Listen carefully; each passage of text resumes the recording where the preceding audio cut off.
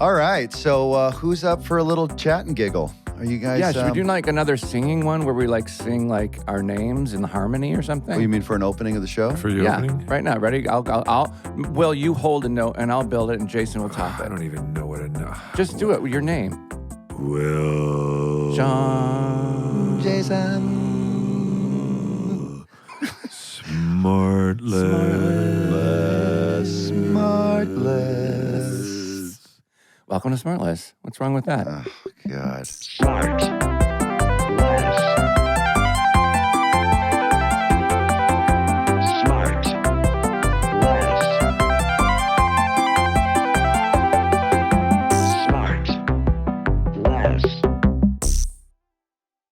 That was perfect. We were a little late today, but I got a luncheon, so that was great while we waited. Oh, Buttons, you got it fed. So, So I'm walking down the street around There you like are. Broadway and 70th, and I'm not making this up. This girl is 20-something, I'm guessing. She has a jacket that's open, and she has like a lace tube top, and her boobs completely out. just the one? Just the one boob, and I'm like, is everybody seeing this? And everybody like was looking at her, and she was just walking around real confident with just one boob hanging out. I thought that was it took my eyes a minute to believe it, you know. And everybody. I once saw a guy confidently hanging a shit on 6th Avenue at noon on a Wednesday. No, no, it wasn't. I was yeah. with you. It was it was 8th Avenue, and I'll tell you this is how it went down. I was walking with Jason, and he goes, "Look at that." And then we see a dude, and you see it actually coming out. And I said, thanks for making me look, because now I'll never not be able to see that. It Yeah. was a high-pressured garden hose style one. Again, it and, doesn't- and he didn't even bend his knees. It's just, I mean, this is noon on a weekday. On the sidewalk, he didn't try to go to the corner or down an alley or anything. So, It's just so Jay, you'll like this. So the other day, Oh my God! I'm here in Atlanta, and I'm I at still the want to move Publix, to New York. and I'm at the Publix here in Atlanta, just buying a few items at the grocery store. Hey, stars are just like us, you know, and. Sure. So I'm going, and I'm pushing the cart, and I'm here with my I'm here with my buddy Eli, as you know. Oh, and, fuck yeah. Eli, who got recognized at the gym the other day, a guy says to him, because he's wearing a SmartLess sweatshirt, and the guy goes, "We love SmartLess. Where'd you get that?" And he's like, "Yeah, I got it." And he's like, "Yeah, you know." Got it, Chops And he on said, "My name's Eli," and the guy goes, "Are you Eli from the?" And he was No way. ecstatic. Yeah. He Oh, was really? ecstatic. Are you Yeah. kidding? No, I swear to God. That's crazy. Yeah. So he's friends with this guy at the gym. Anyway, that's a different story. Wait a So- second. They swap numbers. They're in Publix. They So- swap numbers because Eli's got a whole lot. He goes to the gym. I work out here at home in my own thing, and he goes to the gym, and he comes back, and he's like, "Yeah, I ran into Gordo again, my buddy there. He was wearing the hockey." I go, "How'd you start talking to him?" He says, "Well, he was wearing the shirt that said such and such hockey." And he goes, "So then it was just on." And I go, "Yeah." Hey, bud. Canadians are just fantastic. He's so sweet and he's so nice. Anyway, Eli's very love engaging, Eli, and people love him. You go everywhere you go, people I are like, love "Hey, him. Eli." Yeah. So anyway, we're going along the aisle, and we stop, and he stops, and he picks up some the men's wipes, and it's a 3-pack, and he goes, "Oh, it's a 3-pack. They're not on their own." I go, "What are you doing?" He goes, "I'm getting the wipes," and I go, "What?" And he goes, "Yeah." And I go, so he puts them in the cart. At which point, I push the cart away from me, hands off, and I say, Yeah. "I'm out of do it. this." Yeah. Right.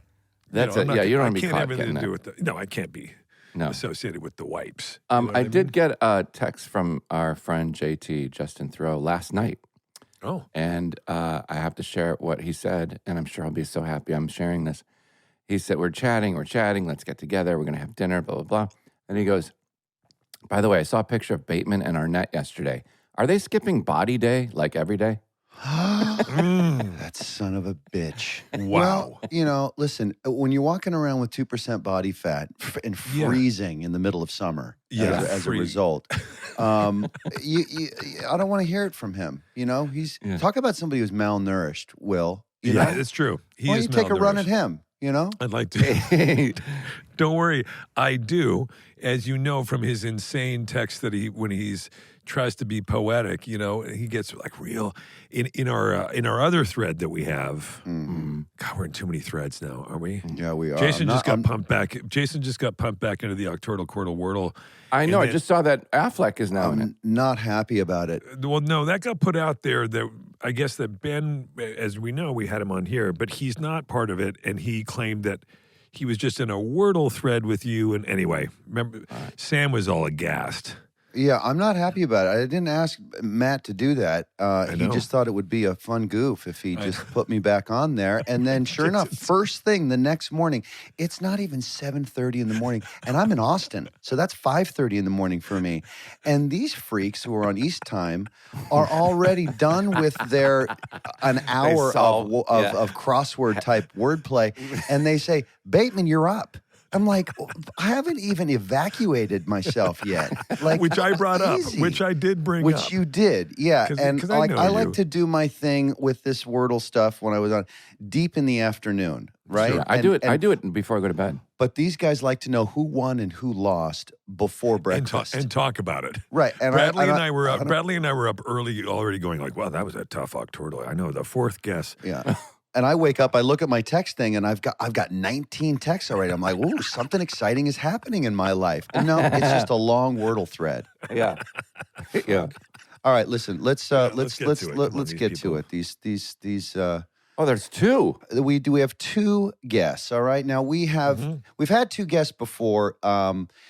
These two, they have worked together their entire career and somehow have managed a very happy and healthy family life as well. It's very, very inspiring. They produce together. They write together. They direct together. They've created some of the most successful film and TV projects together, as well as an enormous production company. And in fact, I don't think there is a more successful Hollywood couple behind the camera. Wow. They have directed 10 films together, grossing in excess probably of about $5 billion. What? And they better continue to get along, not only for the health of the industry, but also for the fact they are stuck together for life. Will, Sean, they're not a couple.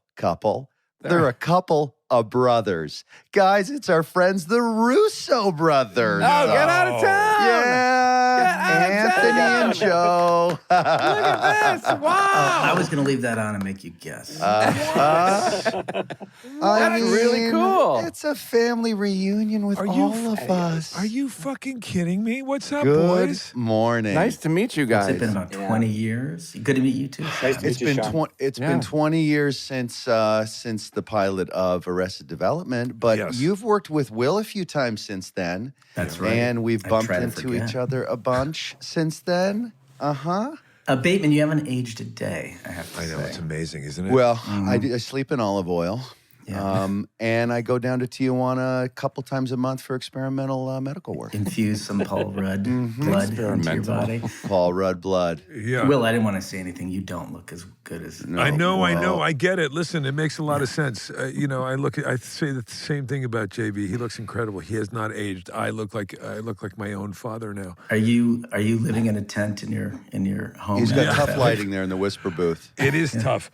I'm here in Atlanta, and I'm in the basement, and I've got this like portable booth that I bring with me, so I can do all my records. And you guys have not met Sean before, is that right? We have not. No. Although, get a load. If you remember during casting of Arrested Development, right, there was a conversation at one point about could we get Sean off of Will and Grace? Is that true? Could we work in between his schedule? What and I'm still waiting. I mean, I could probably still get out. Probably could. Well, guess what? Guess what? That son of a bitch has still never seen one goddamn episode of Arrested Development. I saw two. He saw two episodes. Name them. What happened in those episodes? 1 and 2. Will was on the couch saying something funny. You were being snarky, standing up. The blocking was Will was sitting and you were standing. Pretty much every episode. I think I remember the one you're talking about. No, that was a good one. Happened. That was a good one. But I did know you guys directed Up All Night, and I did Up All Night with Will and Maya. That's right. That's true. And what about Todd Margaret? There was that too, right? Todd Margaret. That's with right. Sweet Davy Cross. And Running Wild. That's right. And Running Wild. Jesus. Yeah, we did a bunch Do you remember, of stuff. Will, on Running Wild, those conversations we had early on where we were trying to be really respectful of Arrested Development. And so you and me and Mitch and Anth, we all decided to make it not as good as Arrested Development. That was really important. That was the bar. That'll show them. Well. The truth is this. The truth is it was a good concept, and we had some good pieces, and we kept getting the note. We kept getting the note on the script from people at the network saying, "Look, man, you can't just have this be another Arrested Development," like as if that was a big failure. They kept saying that to us, like, okay, and you can't just think that you guys are going to come in here and we're just going to have another Arrested Development. We're like, well, we're really proud of Arrested Development. I don't know why you guys are mad at it. They didn't want us to move the cameras. I remember there's a lot of, but it was with Lionsgate, if you remember, and I think we made that show for like 2 corned beef sandwiches. You know, that was. And then was there any discussion once you got into the Marvel world? Any discussion to go ahead and bring Will Arnett into that as well as sort of like some sort of a horrific flash forward? Well, I think the quote was, "We don't want another Arrested Development." There are these characters called the Great Lakes Avengers, and there's a cheese man. Really important to that group. Well, you didn't just come up with that. Is that something you got a half a pitch on? And we do. We have a complete pitch. We do. That's our go-to whenever anybody asks what's our fantasy Marvel project. The Great Lakes Avengers. Yeah. Now, you guys are done with the Marvels, with the Marvel stuff, the group, the whole thing, or do you still flirt with them a little bit? You guys are off on doing your own thing. Well, you did Endgame. It's got to, like, that's your Endgame. That was the Endgame. That's right. Right. I mean, I think we, they're very good friends of ours. I mean, we talk to those guys all the time, but we're focused. They can't afford you anymore. They just can't afford you. I remember Joe and Anth. I remember when you guys first. I forget which was the first. It was Captain America was the first one, right? That was Captain America, Winter Soldier. Winter Soldier. I love that one. And it would do huge. Joe, I remember texting you and saying, "Fucking congrats, man, huge." And then it just and then every time, I just stopped saying congrats because the numbers it kept getting even bigger. I was like, well, fuck it, he doesn't need to hear congrats anymore. It's the #1 movie of all time. What are we doing? But then the next one made even more, and then the Avengers stuff made even more. I mean, did you feel like a pressure? Like, how are we going to top or try to manage the expectations of Kevin, of the whole infrastructure over there? Was there a worry that, oh my God, how can we keep making more and more and more with quality, but also with commerce? Yeah, you have to isolate yourself a little bit from all of the hype around those movies. You have to. They're also physically draining. I mean, look at us. Yeah, I mean, Jesus standing. Christ. But listener, they look beautiful. One's in a basement and one's in a beautiful office. That's right. That's what happens. We don't split the money. Guess who gets it? Yeah, that must get complicated. Hang on a second. I want to get more into the Marvel stuff and how you guys got there, but I kind of want to go even further back to how we came into your world. Jason and I did. But even before that, like, what about, like, were you guys never struck me as, like, comic book, like, guys? Were you? But you guys made that film, your first film you guys came out of Cleveland. We did. We made a movie called Pieces that went to the Slam Dance Film Festival in '97, and this was a credit card movie. So, the late '80s, Soderbergh made a film called Sex, Lies, and Videotape that ignited this. Hey, you can make a movie for $10,000 on credit cards and get discovered out of anywhere and become a major filmmaker. And you've got to pay that one off. You got to stop accruing all that expensive interest in the credit card. That's what Arrested Development was about. Right. It took 10 years to pay that off. Is that true? It's true, yeah. Did it really? Wow. Yeah. It was a while. All right, so then Soderbergh sees Pieces. That's right. And then he picks up the phone. He gives us a call a week later. I mean, again, 2 guys from Cleveland, no connection to the film business whatsoever. Very strange movie. Only a guy like Steven Soderbergh would love this film. And he calls us and says, look, I'd love to help you get your next movie made. And then he started a production company with George Clooney. This is the fast version of it. Yeah. And he and Clooney produced another movie for us called Welcome to Collinwood that absolutely crushed it at the box office. Sam Rockwell. Sam Rockwell. That's right. Yeah. Sam Rockwell's an incredible cast. But great movie. I love that movie. We spent about $8 million on that film, and it made about $300,000. Yeah. But the quality was good enough to then go on to. Well, we were very lucky. Yeah. We were so lucky because we actually got hired before that movie came out and bombed to direct. That's the key. Yeah, exactly. To direct a pilot at FX called Lucky. So this was right the year after The Shield premiered. And FX wanted to do the same thing with comedy that they had done with The Shield, like make something very dark and risible. And Kevin Riley. That's right. Kevin Riley was running FX at the time. Yeah, so we made this kind of really weird, dark comedy called Lucky that didn't actually work as a series, but the pilot was like an industry favorite. Like everybody watched that pilot. It made its rounds everywhere. We got more meetings off of that pilot than I think anything we've done. And that ended up getting us into Imagine to talk to David Nevins about Arrested. So it was Nevins who was the first guy that you met on Arrested. That's right. On part of the Arrested world. And then he says, what, hey, why don't you guys have lunch with Mitch Hurwitz type thing? Exactly. Yeah, I think we sat with Nevins, right? And he said, look, we have this show. It's kind of crazy, but it's going to take some hustling because there's about 35 location changes. We got to shoot it in a compressed time frame. You know, we're trying to get budgets down because we're worried that, single camera comedy may be short-lived because the budgets are getting too high on these things. We got to compete a little bit. And it was pitched to you as a pretty pure mockumentary, correct? Weren't there even testimonials a la... It got pushed more mockumentary, Anthony. I mean, right? Like it was more at the time. I think it was... My memory, it wasn't a mockumentary at all. Yeah, no, it was just a straight family drama that we ended up... Here's the framing. That's why they didn't cast Sean. Right. Sean's too funny. It's kind of a complex framing. So also what Nevin said to us at the time, and he said, look, Ron Howard thinks that the half-hour comedy on television is in trouble. He thinks the sort of the stage sitcom is getting stale. He thinks the half-hour single-camera comedy has become unaffordable because you get half the ad revenues for a half-hour comedy that you do for an hour-long drama, but it doesn't cost half the price to produce a half-hour of single-camera filmed entertainment than it does to take an hour. So they're like, we're trying to figure this out. So what we want to do is we're reaching out to indie filmmakers like you because they knew we were kind of guerrilla-style filmmakers. And cheap. To try to react cheap. We're cheap, really, but also cheap. We know how to shoot cheaply. Yeah. So they're like, we're trying to come up with a new model for a single camera that will be cheap to produce. And that's when Joe and I, after seeing the script and seeing the level of absurdism that is inherent in Mitch's voice, we thought, well, wouldn't this be funny if we tried to shoot this in the most real way possible? Sort of like news gathering, right? Exactly. Handheld, no marks, no lights, just gathering it. And then two things. So one is also the guy you brought with you from Lucky was your DP was Jim, right? That's right, Jim Hawkinson. And Jim Hawkinson, who's just an absolute cowboy, who we worked with on a bunch on our other stuff too, and Running Wild and et cetera.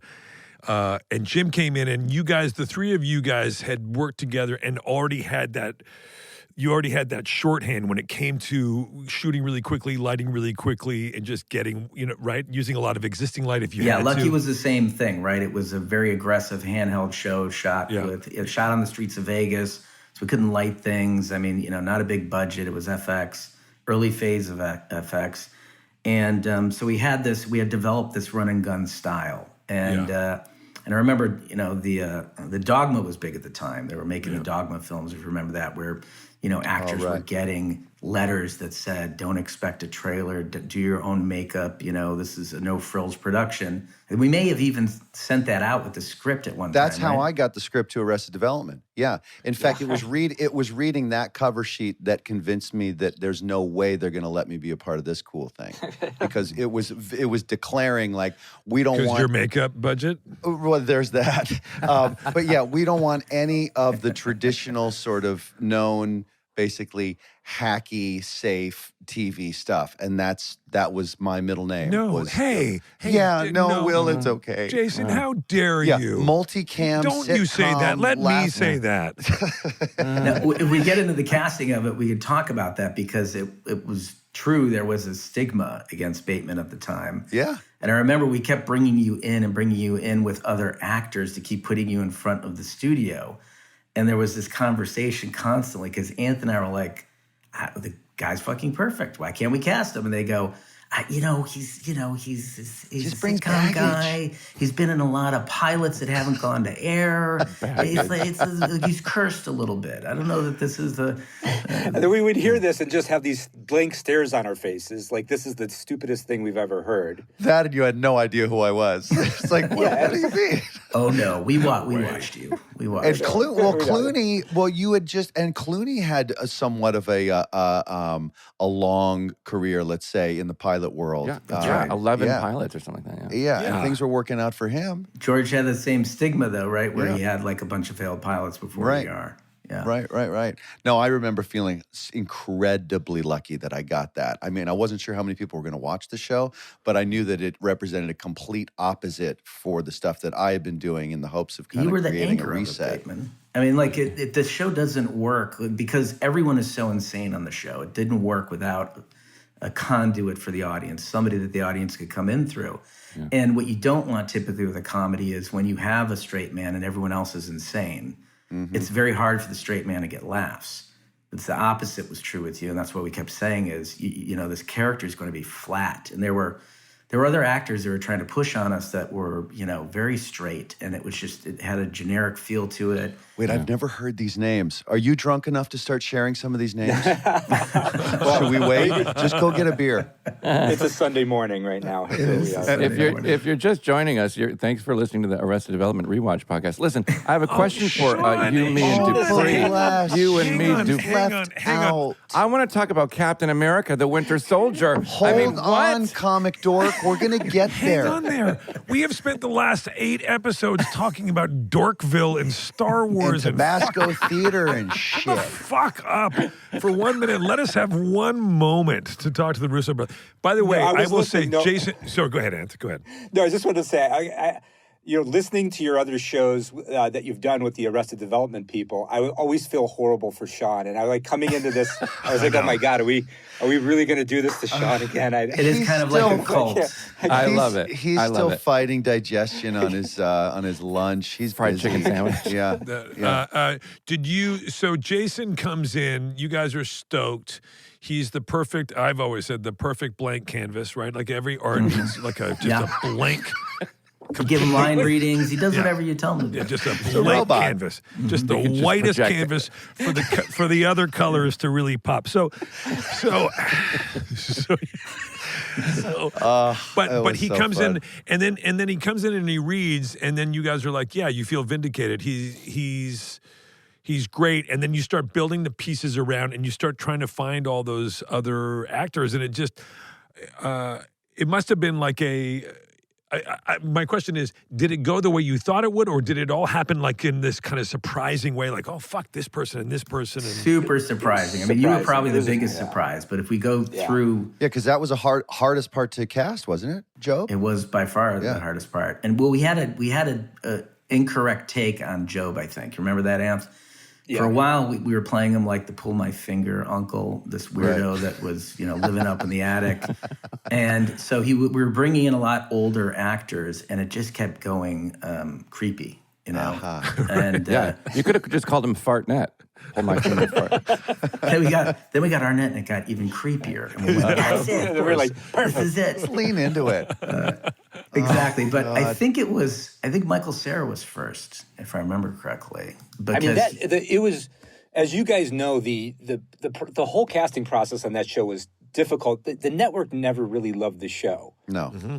Even, as we all know, when it hit the air, but even back then, it was like... Even after winning an Emmy, they were like, oh, fuck, we can't cancel it now. No, they sent us an ice cream truck. Remember, not truck. An ice cream cart. Cone. and a banner over the guard gate at 20th. Banner that was blocked by the main 20th sign. So you couldn't see it unless, when you drove, you could see it through your sunroof. Yeah. If you were right underneath it. And then I go and they go like, hey guys, we won the Emmy yesterday for Best Comedy. Here's an ice cream cart. Yeah, with a bell. Not even powered. Somebody had to push it. It was unmanned, that's right. Yeah. You had to get your own ice cream out. Sean, by the way, Sean, not an exaggeration. That's so funny. God bless him. And there were 10 bars in it. God bless him. Having never met you guys, there's not a lot of directing duos, writing duos, producing duos, let alone as successful as you guys are. I'm not knowing you guys. I want to ask the obvious questions, like, how did you guys did you both, when you were kids, have this secret about loving the business and you didn't let each other know? Like, at what point were you like, hey, I want to do that too. Hey, we should do it together. Two kids from Cleveland. That's right. Yeah. Couple of Indians fans. Yeah, we grew up on the east side of Cleveland, and Anth was getting a law degree in what was this, 94? And I was getting an MFA in acting. We were both at the same school, Case Western, in Cleveland. We both came back for to our hometown to go to school. And he was really frustrated with law school, and I felt like I didn't ultimately want to be an actor. And we started thinking about directing. We did some black box stuff and started working on some comedy sketch stuff together. And then we decided to write a movie. Robert Rodriguez had written a book about making El Mariachi for $7,000. And again, this contributed to that craze that was going on at the time. Mm-hmm. And so we decided to make a film, and we wrote a script called Pieces. It was a very dark comedy. Right. Are you telling your family this? Are you telling your mom and dad? Like, hey, we're writing a movie. And they're like, yeah, good for you guys. Like, what's going on? Ants should tell that story. That's a good. But you never. I would love that. But you never did it as kids. It wasn't until you were older in college that you had this. No, we weren't Spielberg in the backyard with a camera, right? Okay, we were more cinephiles. We were just guys who went to watch a lot of movies. We loved going to movies. We had a lot of friends that would go, and we'd all quote films. I mean, just sort of the traditional high school experience of, watching movies, talking about them, doing lines all day long, making each other laugh. Whoa. Acting So out. the early Coke addiction. Is that what it is? That's right. Wait, Ant, how did that go down?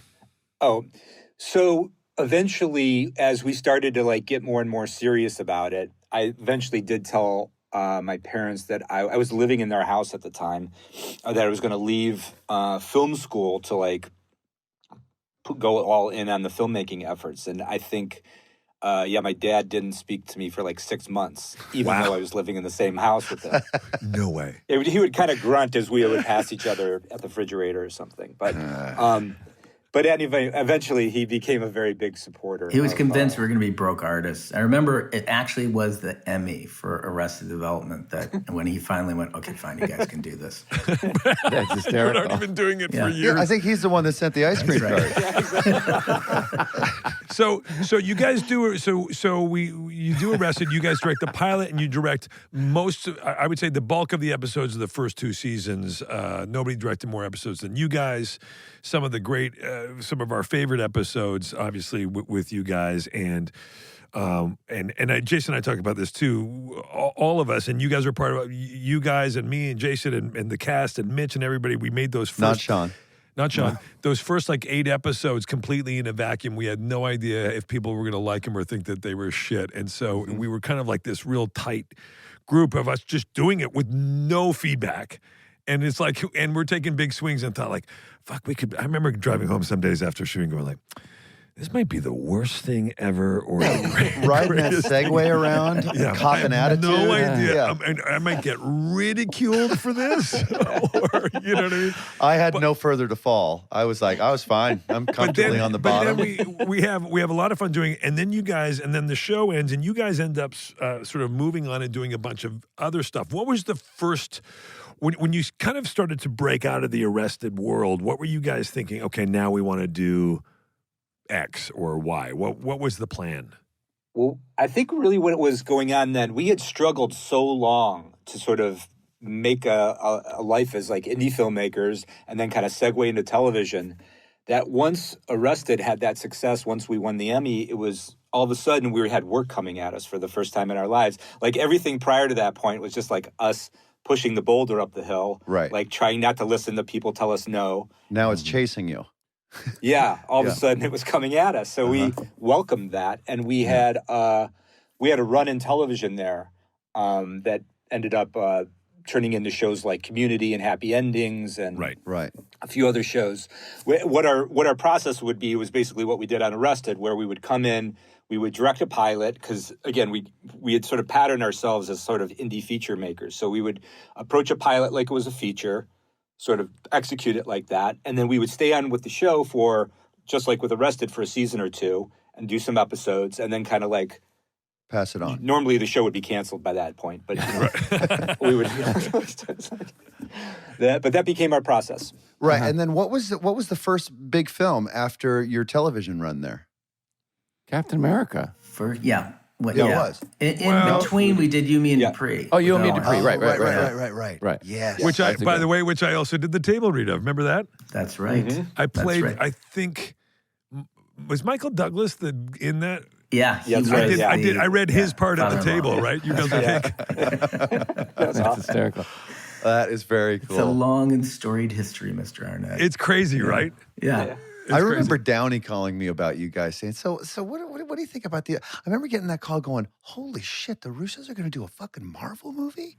Yeah. I remember thinking that quietly to myself because I didn't want to say it outwardly to Jimmy. Downey. Yeah. But I didn't want him to hear the surprise in my voice or envy. But I just immediately went into like,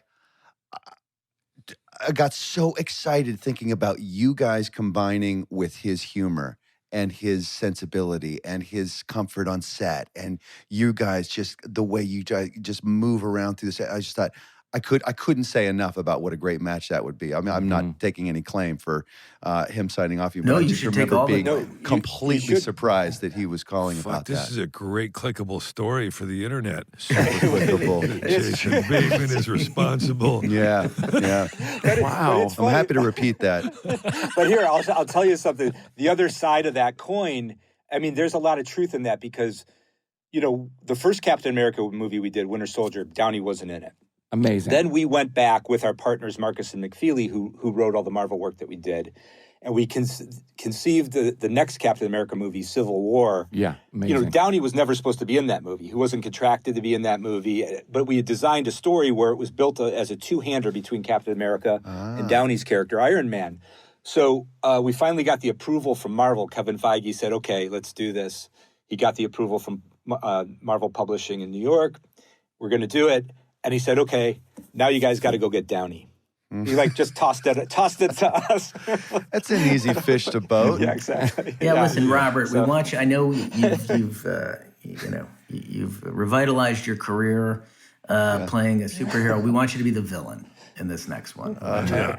That was literally the pitch to him. Is we had to go sit there and explain to him, how his character wasn't going to be Oh boy. exclusively a villain in it. So it's a big swing for him because. Yeah. Here are the guys coming off of Captain America doing it. This is going to be our second movie with Evans. He's coming into Evans's franchise. I mean, it was a big swing.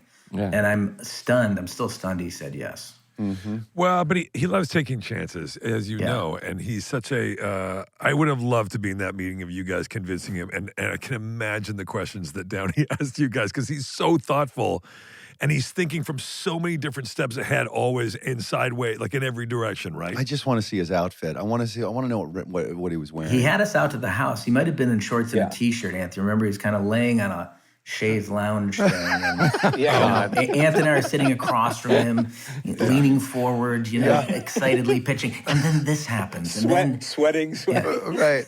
And then he almost kills you. And he's got Downey will be wearing like a see-through Fendi raincoat, and green you know what I mean? socks. With the fucking. He literally came to a barbecue, a cookout on the beach once, and he was wearing a see-through Fendi raincoat and like a fucking yellow T-shirt. And I go, "What the fuck are you wearing, man?"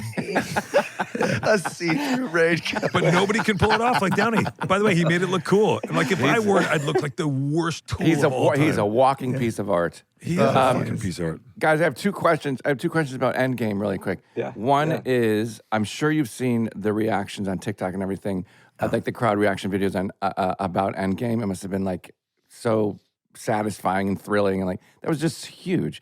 That's the first thing. And then the second thing is, how in the world, one of the most now iconic shots in all of cinema history is all of those superheroes in one shot when Iron Man dies.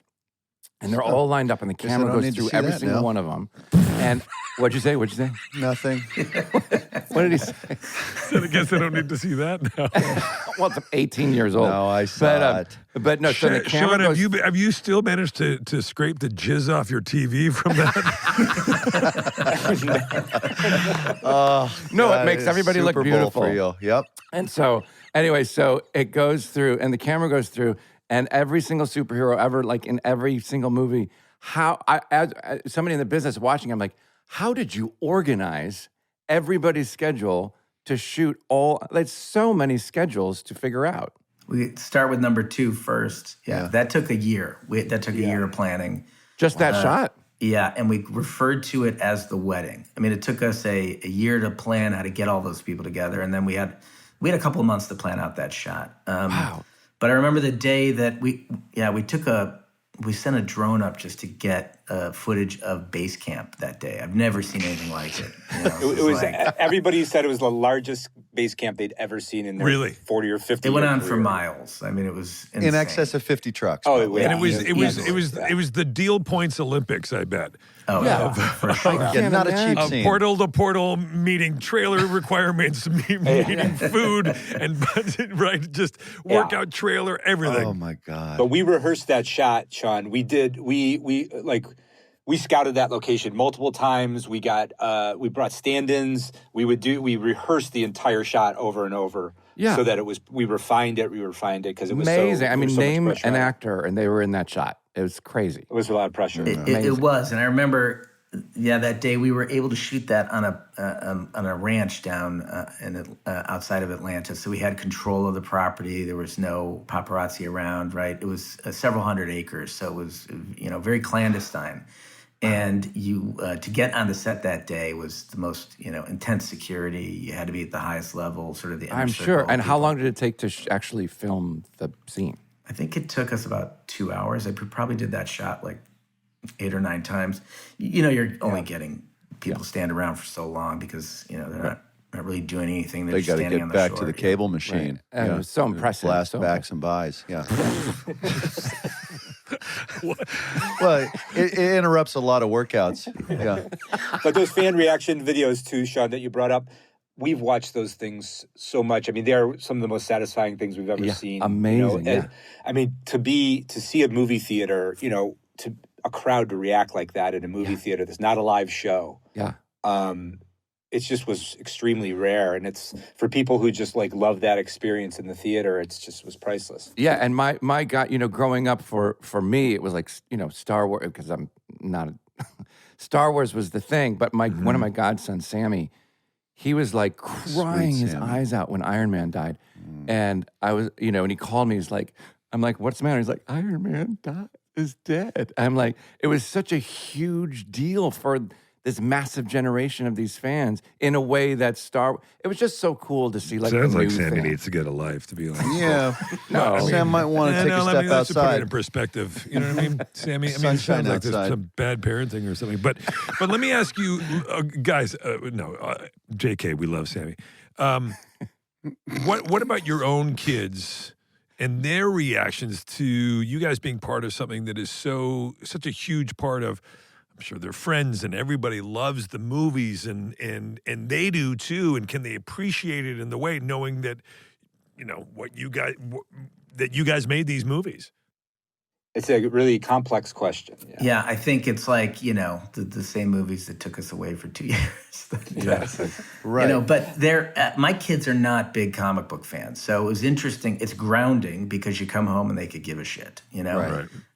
Which is great, I think. But I do think that, for Anth and I, look, we and you said this earlier, Bateman, we were huge comic book fans, and nobody knew this, but I have like 5 boxes in an attic still filled with 50-year-old comic books.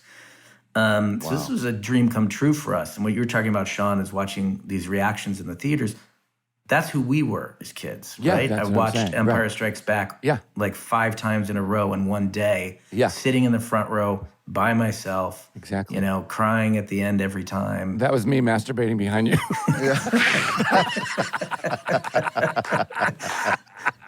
I was trying to figure out Check what that out this was in the back of lightsaber. my head. And put it this way, Joe, he wasn't watching the movie, all right?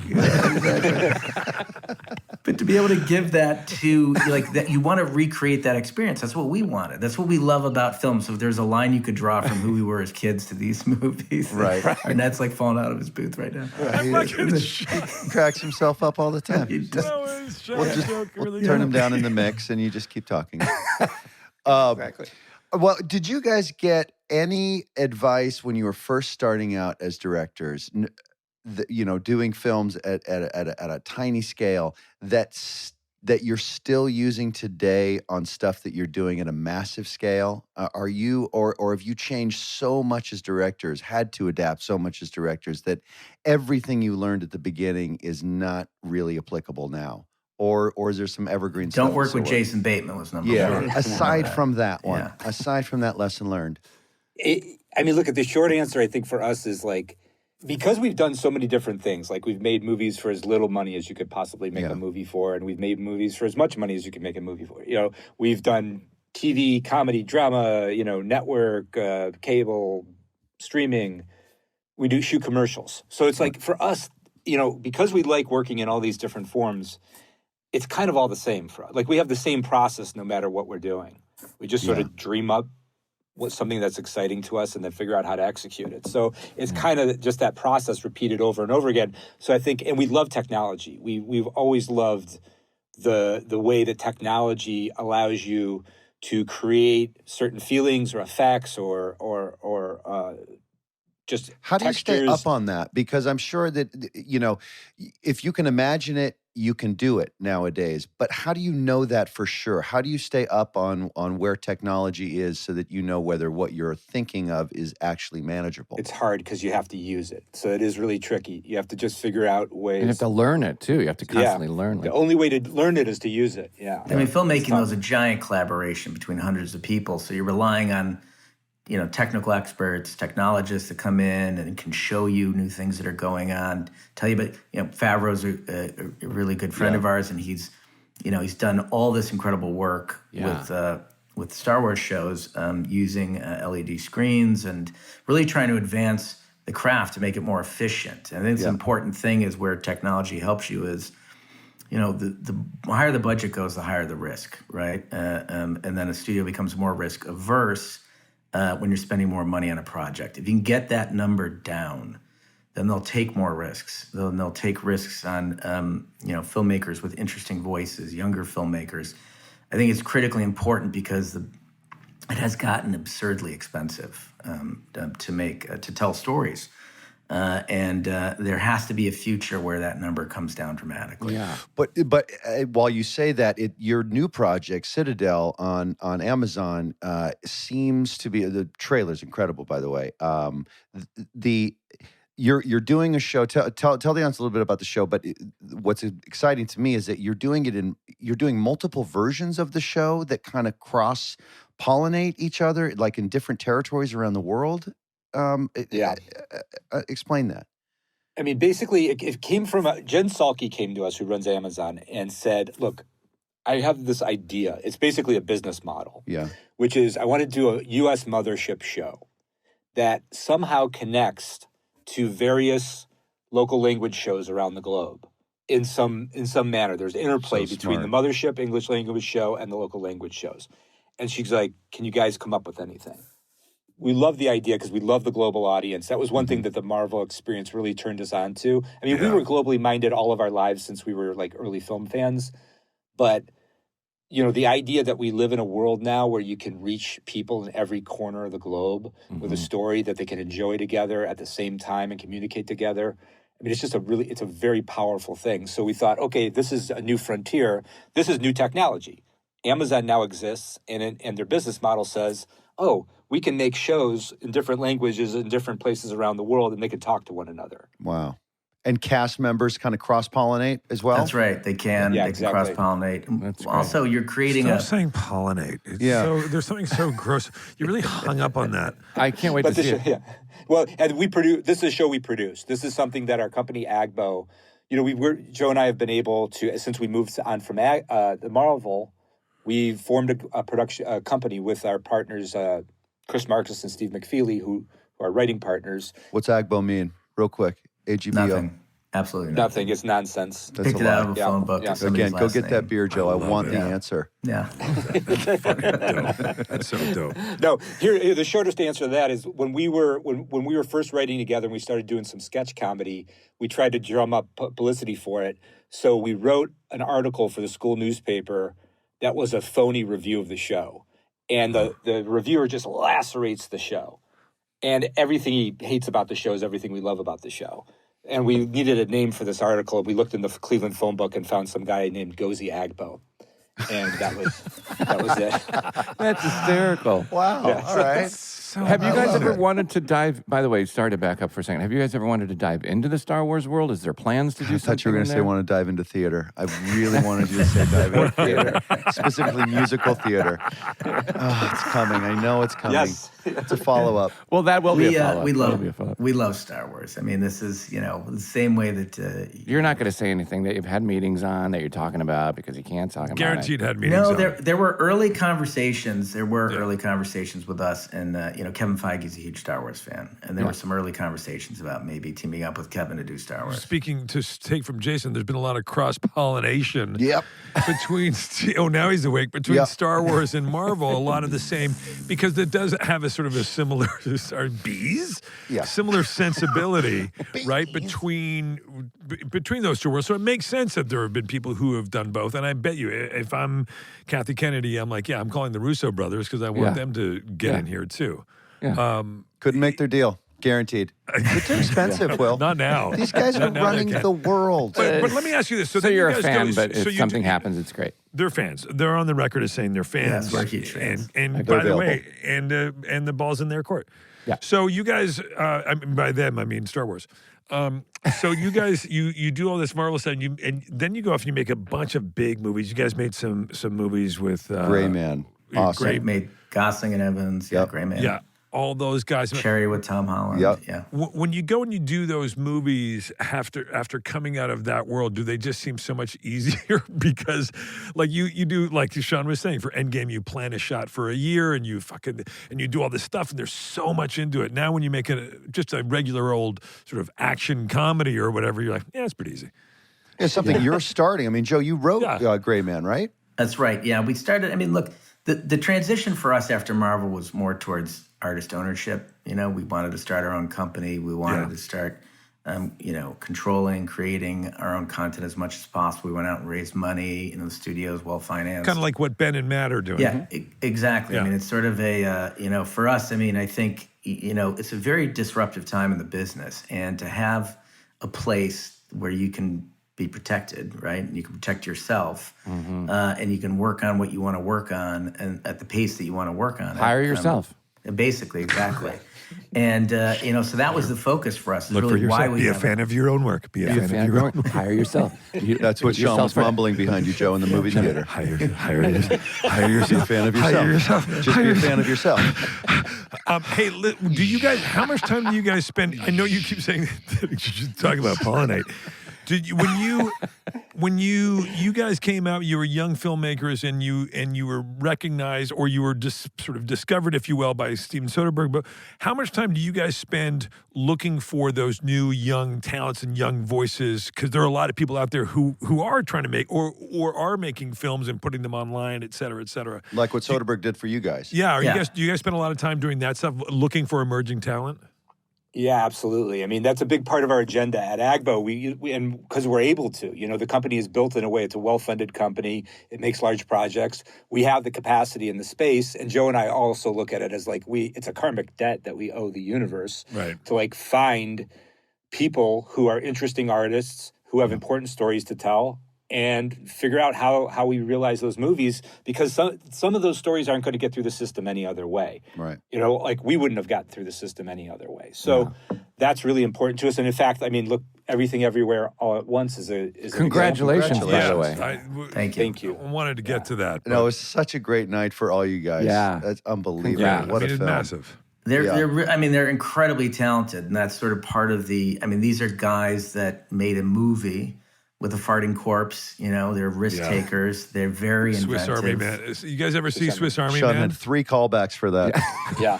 Yeah. But that's a good, I mean, there's a good It's just example. because his resume's always said can fart on cue. And Special skills. Try it. Yeah. Count me down. I'll do it. Juggles. Now, what can you tell us at all, what, maybe not specifically, but in the world of what might be next that we can be all looking forward to seeing coming out of you guys? So Citadel comes out very shortly. Extraction 2 is out in June. Nice. That's the Hemsworth franchise, action franchise. Another little cute little indie you guys do. That's right. And then Anthony and I are working on a project called The Electric State that was starring Chris Pratt and Millie Bobby Brown. Oh, yeah. Chris Pratt, that's a mistake. That's a mistake. Yeah, you might want to reconsider with Pratt. Very difficult to work. Guys, the movie's already shot. It's in the cans. Yeah. He, by the way, I ran into Chris the other day, and he said he had the best time making that movie. We love Pratt. I mean, obviously, look at He how many falls a times. lot, though. Guys, see what I did? Yeah. Pratt falls. My God, it took me a minute. But he's like you guys. You guys know him. He's the greatest. He just brought amazing energy every day. He's always looking. He's always searching. He's always sort of surprising you. And he's very smooth with Good everybody. dude. Happy to be there. But Ant, you said something right there, which is, and I've always loved Pratt for this. From the day I met him, from the day he did that, we talked about it. We had him on the show, and he did the first season of.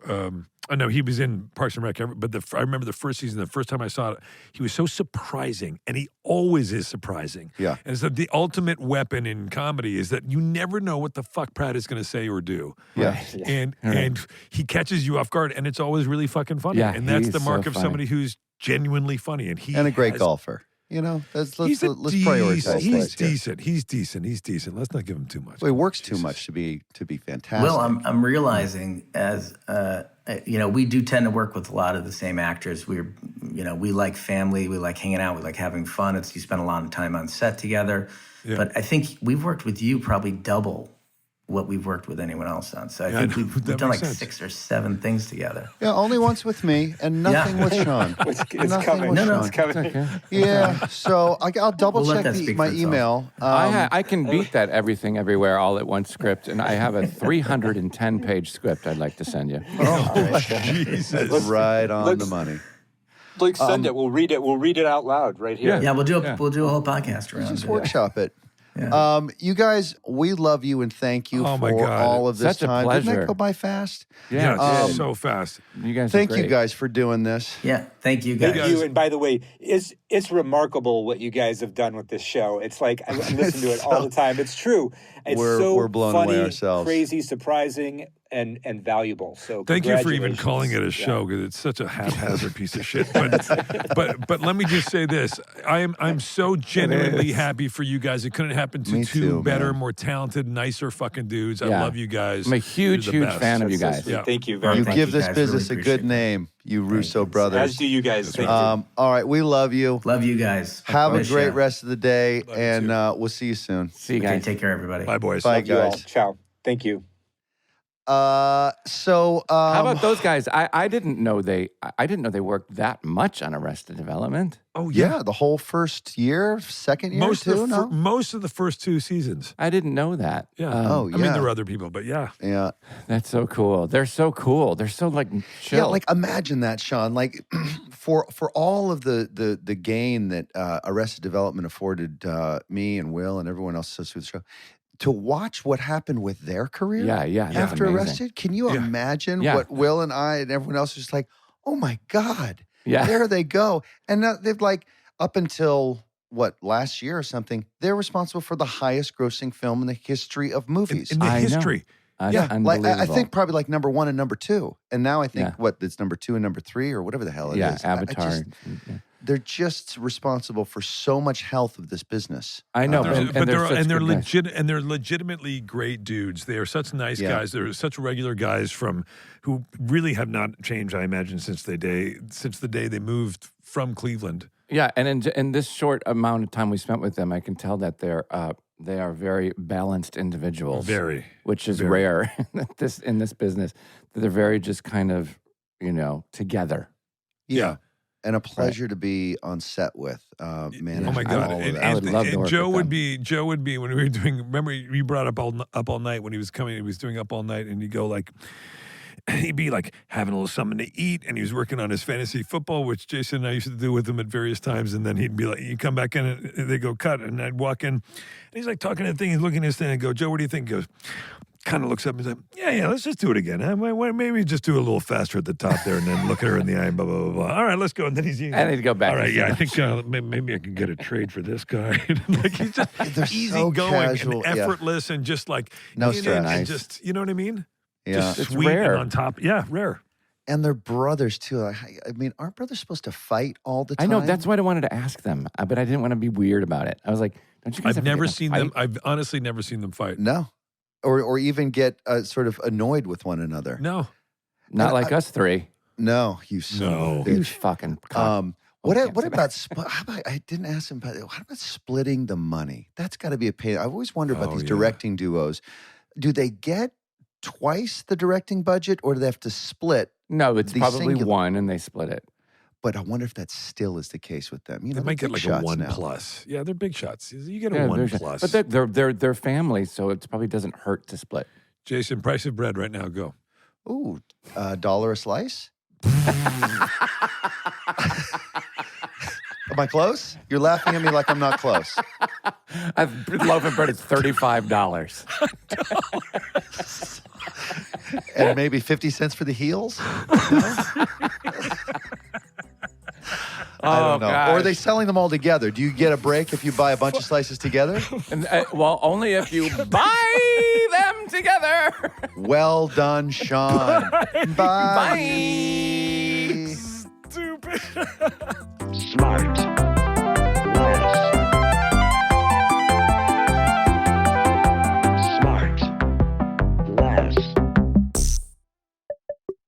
SmartLess is 100% organic and artisanally handcrafted by Michael Grant Terry, Rob Armjarv, and Bennett Barbago. SmartLess.